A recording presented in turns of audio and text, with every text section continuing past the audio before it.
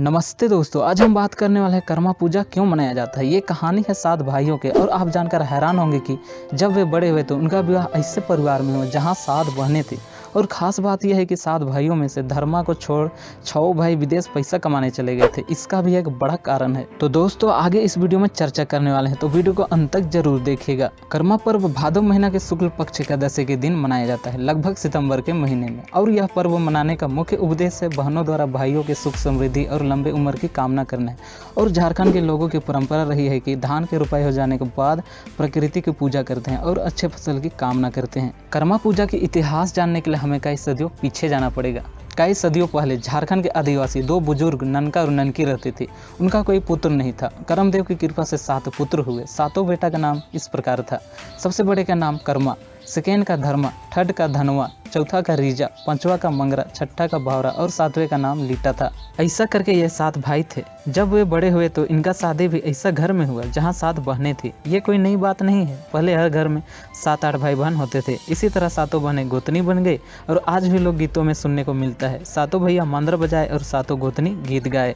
हर क्षेत्र में अलग अलग अंदाज में गीत गाया जाता है। 7 भाइयों का जिंदगी अच्छा चल रहा था कि अचानक अकाल पड़ जाता है। खाने पीने की समस्या हो जाती है, खेती बाड़ी नहीं होने लगता है, फसल बर्बाद होने लगा। 7 भाइयों ने फैसला किया कि धर्मा को छोड़ के 6 भाई विदेश पैसा कमाने चले जाएंगे। आपको तो पता ही होगा, पहले के लोग बहुत यात्रा करते थे। वास्को डी गामा पुर्तगाल से भारत आया था। ना तो हेलीकॉप्टर था और ना ही अच्छा पानी जहाज, फिर भी भारत समुद्र रास्ते से पहुंच गया था। टॉपिक में फिर से आते हैं। 6-7 साल काम करने के बाद वो अपना घर लौटते हैं और घर लौटते समय गांव की सीमा पर रुकते हैं, ये कहकर कि घर तो पहुंच ही गए हैं। और छोटा भाई लीटा को घर भेजते हैं, सूचना दे दो घर में हम पहुंच गए हैं और धूमधाम से स्वागत करके हमें ले जाएं। छोटा भाई पहुंचता है और देखता है कि गांव में तो कर्मा मनाया जा रहा है और लीटा नाचने में भूल जाता है कि हमें घर में सूचना भी देना है।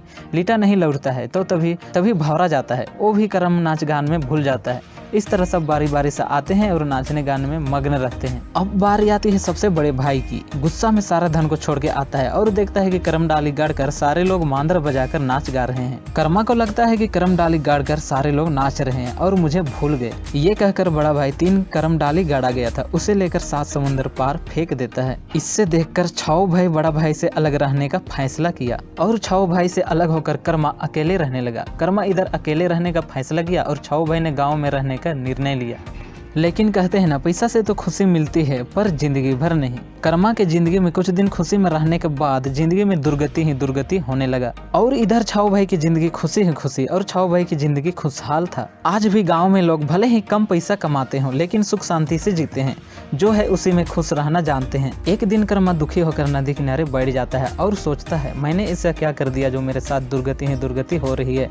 उसी समय एक बूढ़ी औरत आती है और बोलती है, तुम इतने दुखी क्यों हो। तब कर्मा बताता है, मैंने ऐसा क्या कर दिया जो मेरे साथ दुर्गति ही दुर्गति हो रहा है। पूरी कहानी उस औरत को सुनाता है।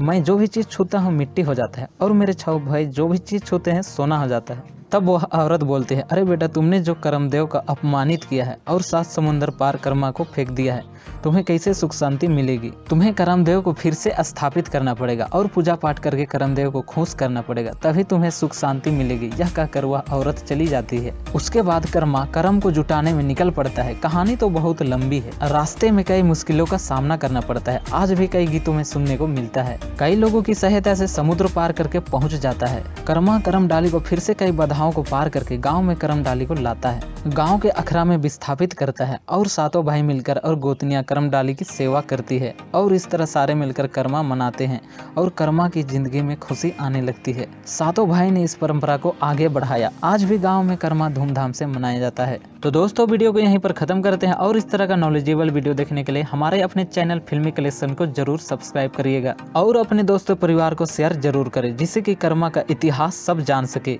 वीडियो को यहाँ तक देखने के लिए धन्यवाद। मिलते हैं किसी नए वीडियो में नए टॉपिक के साथ, तब तक के लिए।